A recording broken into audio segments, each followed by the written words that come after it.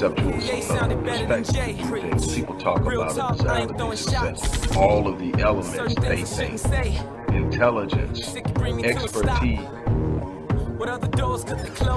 Hey, how much am I willing to give up and commitment, and are not committed to the struggle, acquiescing to the struggle, they're committed.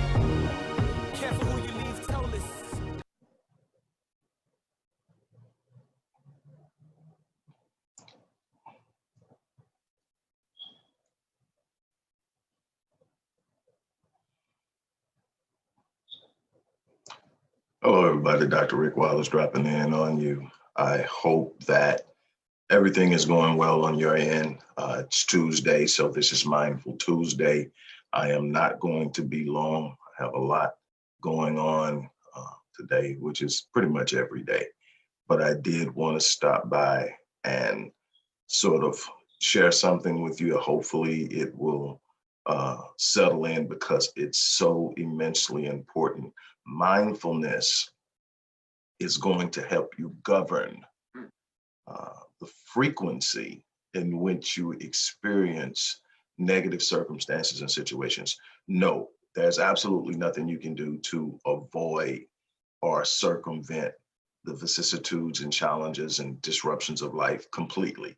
But there is a lot you can do to cut the frequency by monitoring and managing the data download that moves into your supercomputer, the brain, and definitely governs behavior based on how the brain processes it. And so we're going to talk about that. And one of the most powerful methods of governing data is governing your self-talk. What more powerful way to influence your life than to manage something you have absolute control over, that you don't have to be considerate of how something else externally or exogenous force of some kind moving against you. This is totally you, how you talk. So we're going to talk about that real briefly. And so as people come in again, we're still trying to get all this stuff figured out on this new platform. So work with us. I'm sorry I won't be able to see directly. I'm still trying to figure out how to do this. I'm going to try something real quickly and see if it works. Hold on a second. And I'm going to see if it works. Give me a minute. And we'll see. And if not, we'll just keep it moving. Nope, it's not going to let me do it. Okay, I was going to try something else. That's not going to work. So I'll get it figured out. Look. Oh, there it is right there. Never mind. I found it inadvertently. I got to pay attention to that. Okay. Hello, Tia. Hello, Loretta. That's what I see on so far. Okay, here we go.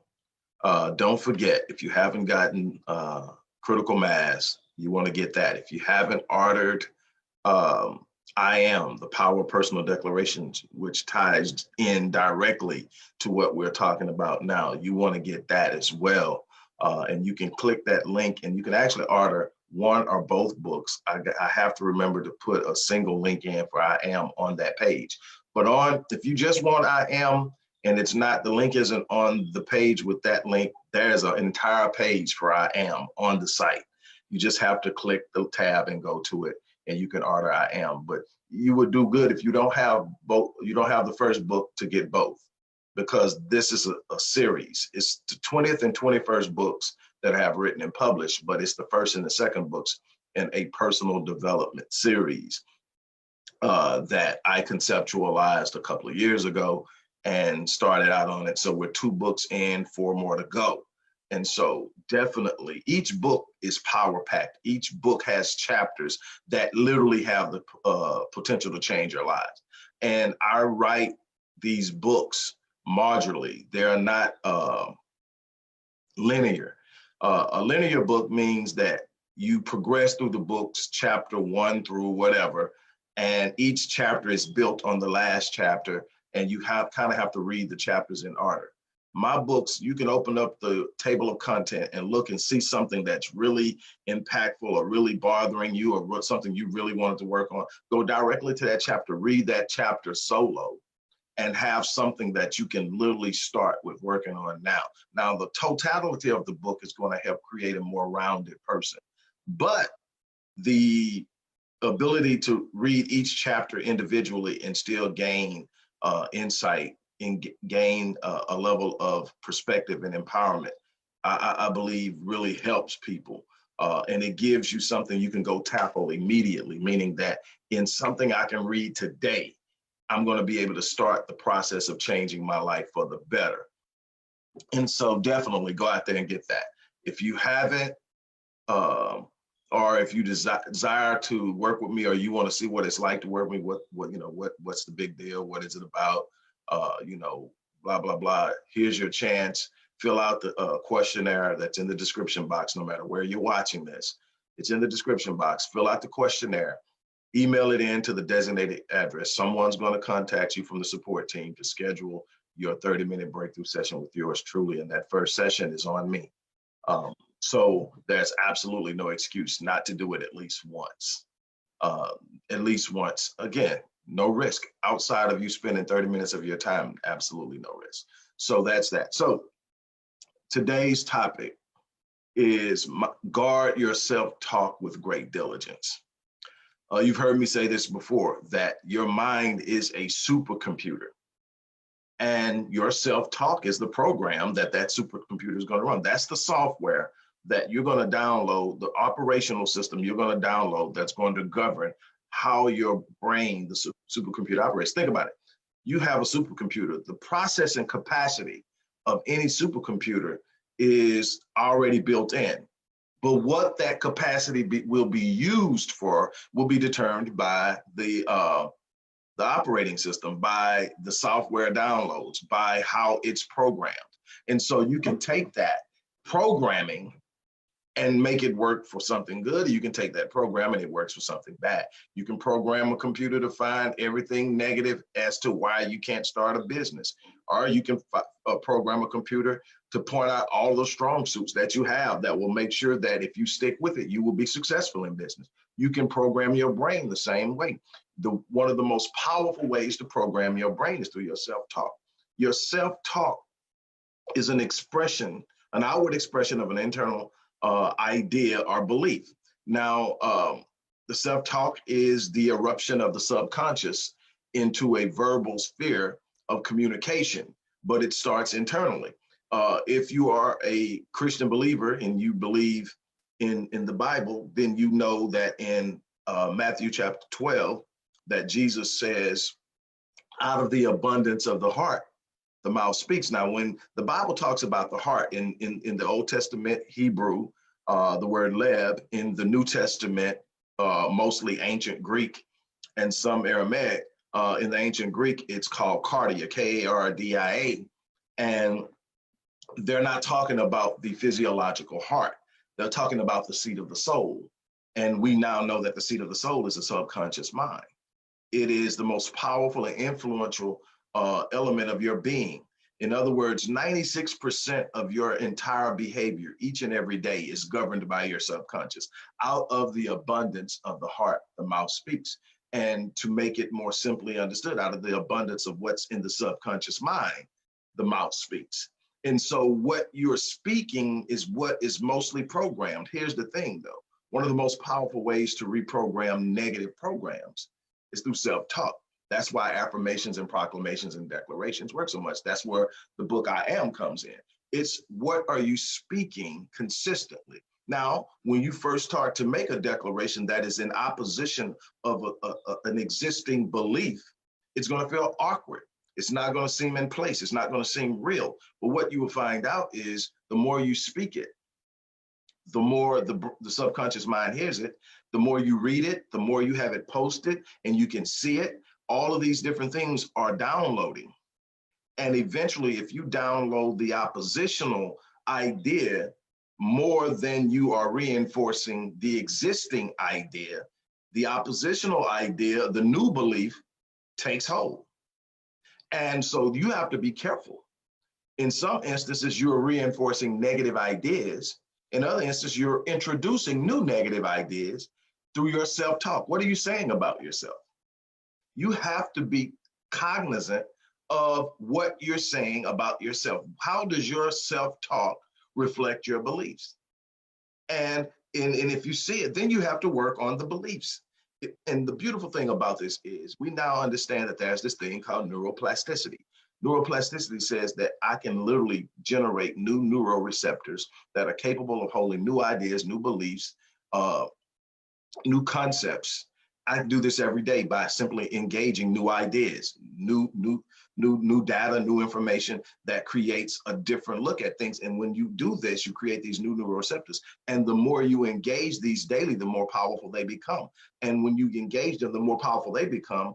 Those ideas that existed before them in your mind that are in opposition to them start to diminish. They become weaker until they simply disconnect and disappear. Now, here's the beautiful thing.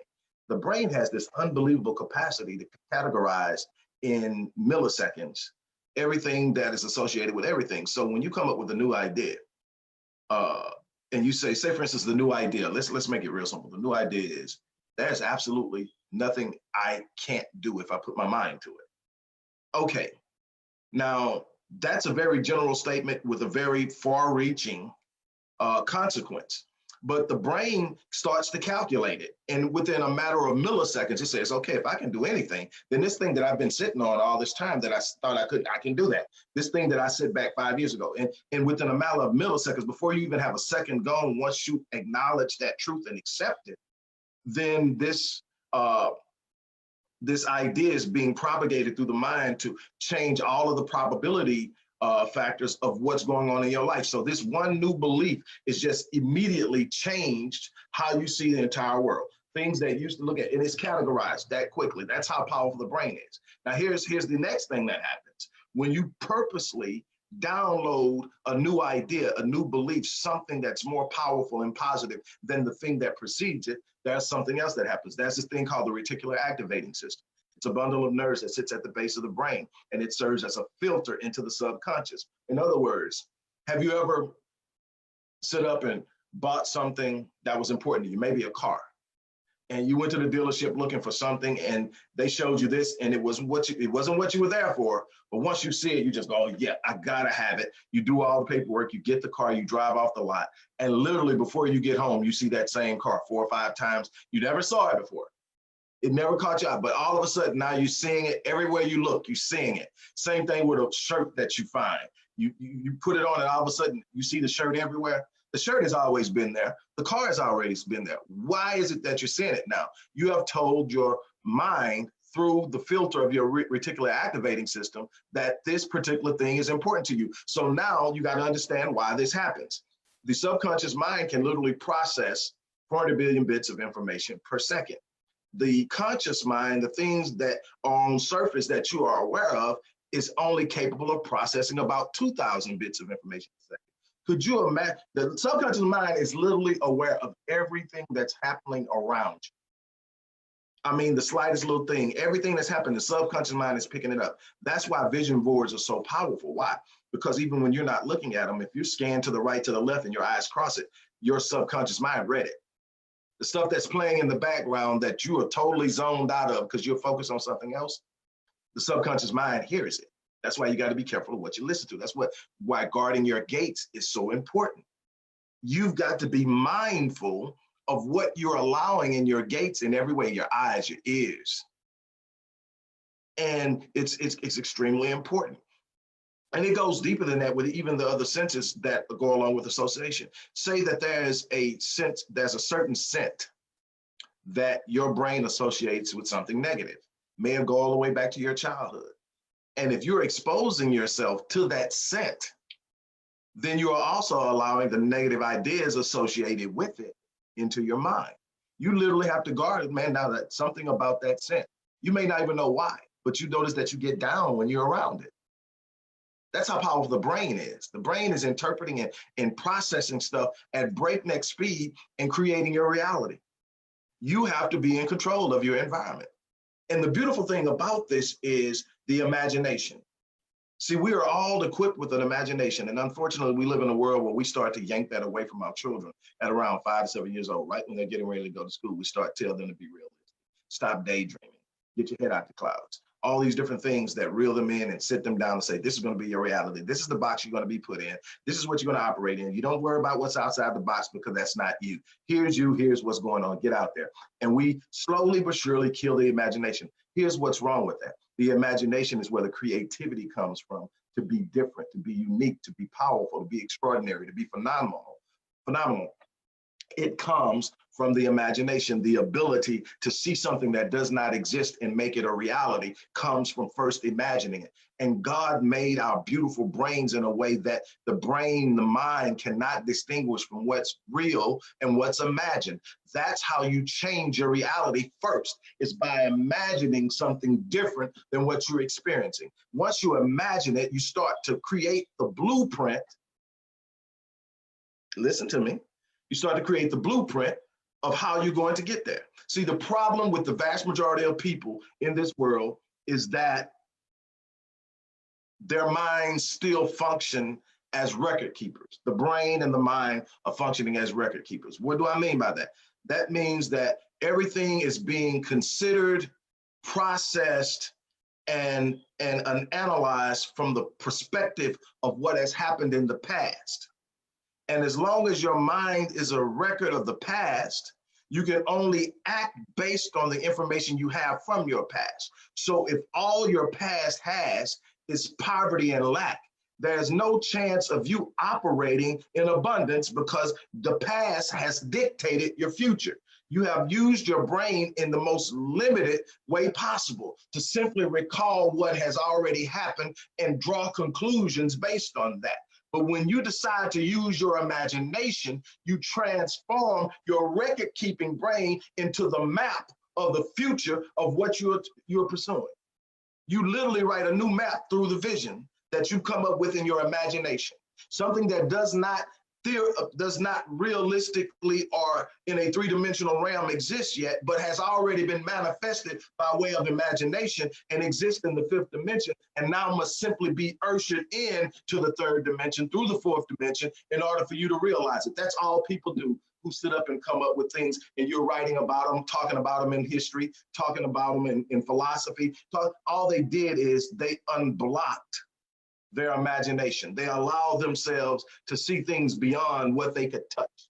See, the tangible realm of 3D isn't the end or the beginning. It's simply an expression of something that has come forth that existed first in the mind. You are manifesting every day. You just don't know it. You're manifesting the suffering you're going through right now because you're entertaining it with your mind. You're speaking of it. How many times a day do you say you're broke? How many times a day do you sit up and say those bills can't get paid? How many times a day do you say your marriage sucks? How many times a day do you say I hate this job? All of that is downloading into your brain and being processed and creating a reality that not only controls what you see, but what you feel. Then those feelings reinforce the idea, because emotions are powerful that way. So now you have been convinced emotionally, psychologically, and spiritually that where you're at is where you belong. Guard your self-talk. Watch what you say about what you're seeing. It's about finding a way to express what you see without giving it power, if it's not what you want, and by understanding that it's not locked in and it's not changed. If it's not locked in and that it's not locked in and it's not permanent. If it's not locked in and it's not permanent, then it can be changed. And if it can be changed, what in the world would you be upset and frenetic and unglued and losing it and stressing and going through anxiety attacks and all the things that you're doing based on something you have the power to change? But you've got to be careful of what you're speaking into your life. You've got to guard your self-talk. With that being said, look, I didn't plan on being on long. I'm not going to be on long, but look. You're speaking far more than just an observation. You're dictating and projecting into the future. So that's why you've been given the ability to call things that are not as though they were. That's why in the book of Job it says, you should declare a thing and it shall be established for you. The moment you declare it, it's established. Now you just have to make sure you don't undo it and that you don't allow anyone else to come along and undo it. People who know me know how you talk in my circle will determine how long you stay in it. We don't deal with negativity. Now, I'm not saying that you sit up and co-sign a bunch of stuff that's not making sense. What I'm saying is what makes sense to you may not make sense to the other person. And they may be at a different point in their reality where they understand how important it is to speak things that others can't see, and they may not even be able to see. See, that's faith. Faith is the substance of things hoped for, the evidence of things not seen. So if you're speaking on faith, you're not speaking on what you see. You're speaking on what you believe is possible, and you're going to act on it based on the perception that created the speech. You've got to learn that. Look, I'm going to have to get off of here. Thank you guys for dropping in. It was awesome to share with you. As I always say, I'm going to live my life on full so that I die on E. I'm challenging you to do the same identical thing. Live your life on full so that you die on E. Live your life on full so that you die on E. On that note, I'm going to check out of here. Don't forget, if you haven't got the book, you want it. You want both of them, and you can get both of them on the same link. But if you haven't gotten the book, get it. Yes, Tia, speak life. Not what you're seeing, but what you're declaring. Understand you have the power to manifest. You have the power to create. You're not stuck with your moment until you identify with it. Keep that in mind. On that note, I'm going to check out of here. You guys have an unbelievable day.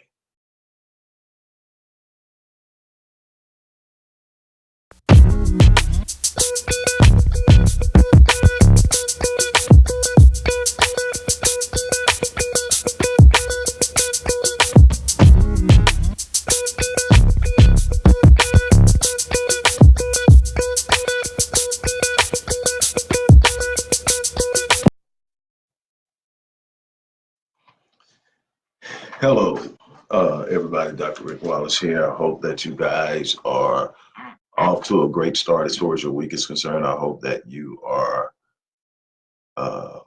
coming off of a good week where things went well, were profitable, prosperous, and productive. Even if it wasn't, make a recommitment this week, make the necessary adjustments, and get back in the game. This is a marathon. This is a game of perseverance and resilience.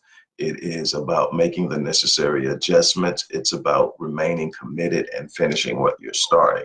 Not everything is going to go your way. That's something that you're going to have an understanding of and be okay with, because things simply happen. Nobody's perfect. No situation is perfect. There's always going to be something that you're working against. That is a part of the process. You have to prepare yourself to be in process. You have to give yourself permission to be in process. The moment that there's nothing wrong with the pursuit of perfection.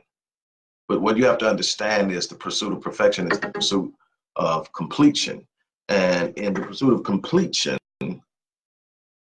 you are going to be always moving towards it. When you're complete and finished, you're done. That means you finished your work. That's the end of the game. That's when you shut it down and you call it a wrap at the end of life. When you look up and you are able to read the pages of your legacy that you've built, that you're leaving the world, that's when you reach perfection, is when it's done. It's not about everything being absolutely in alignment. Perfection is completion. It means that what you started to do has been absolutely done to its fullest. There's nothing left to do. And so you're pursuing perfection, but perfection is a far way off. What you're doing is you're going through the process of achieving perfection. And in the midst of that, you're going to have disruptions. You've got to be okay with that.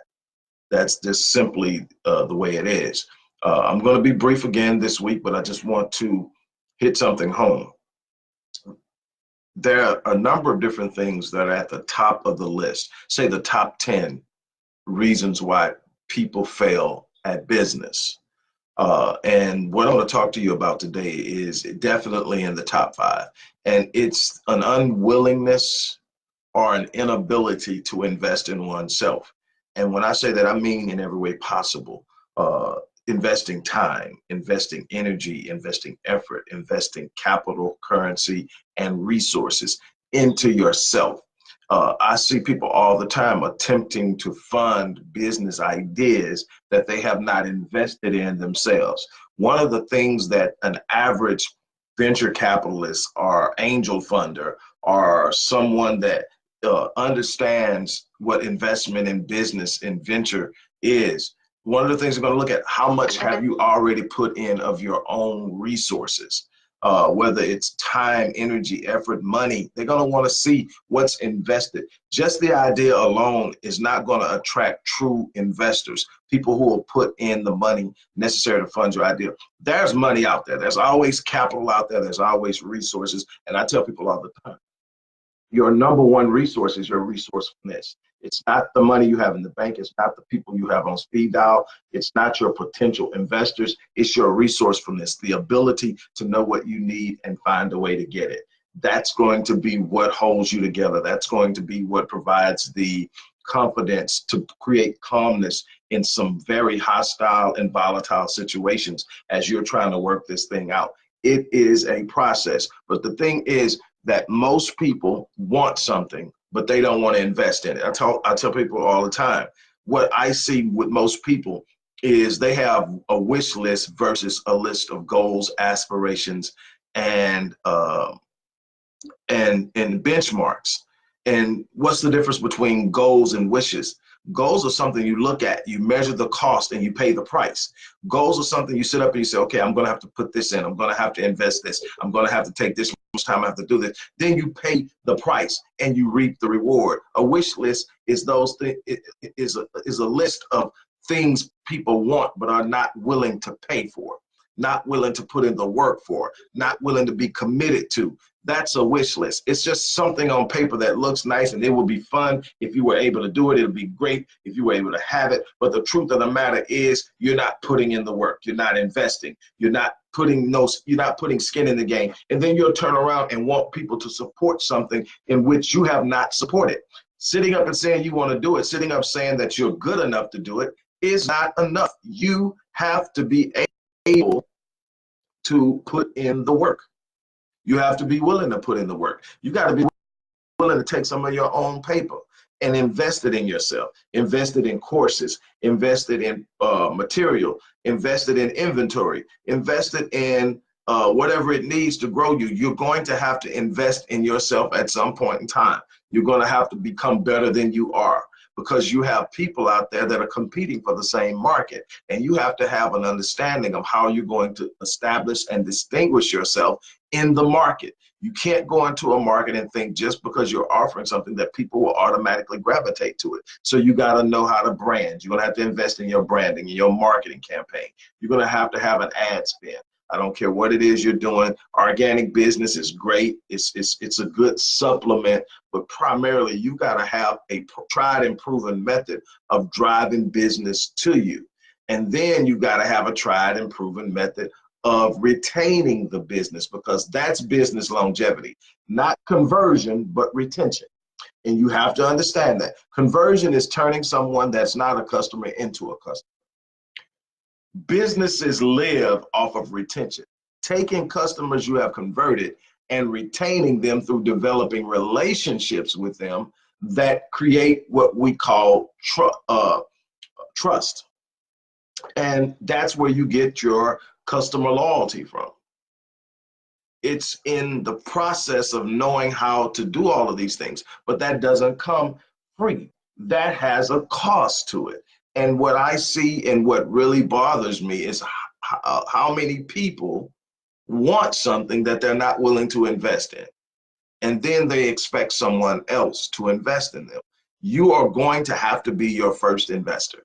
You're going to have to find, I don't care if you don't have a dime in your pocket, you've got to find a way to put some skin in the game. You got to find a way to be invested. You got to show somebody the effort you've put into being what you say you're going to be if they back you.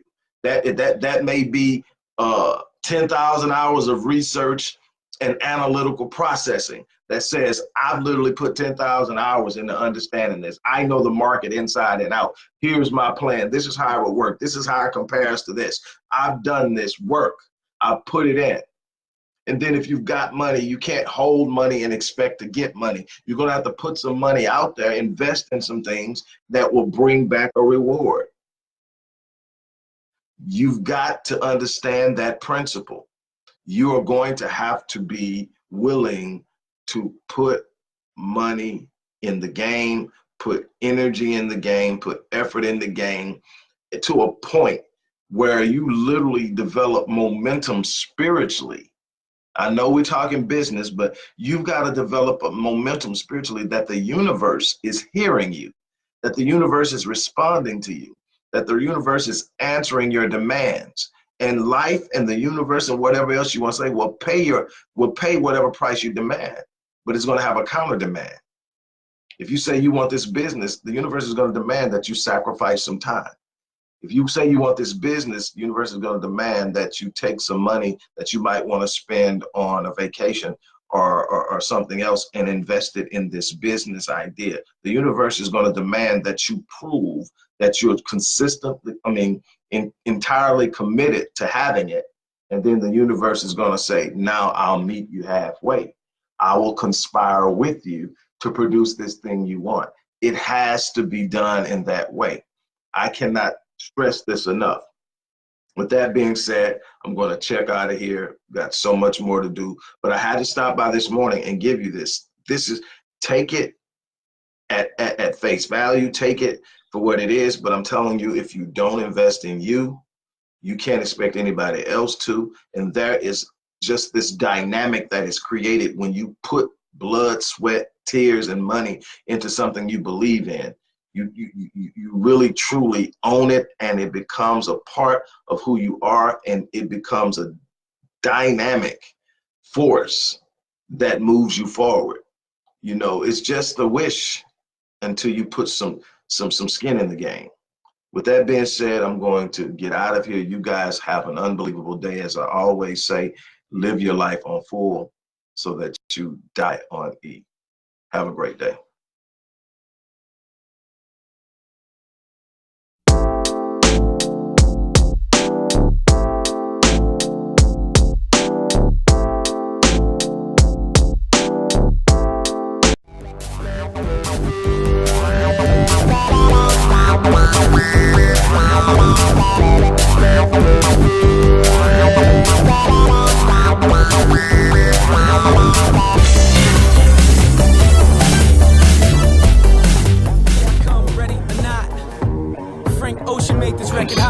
From a conceptual perspective, people talk about it, success, all of the elements they think, intelligence, expertise.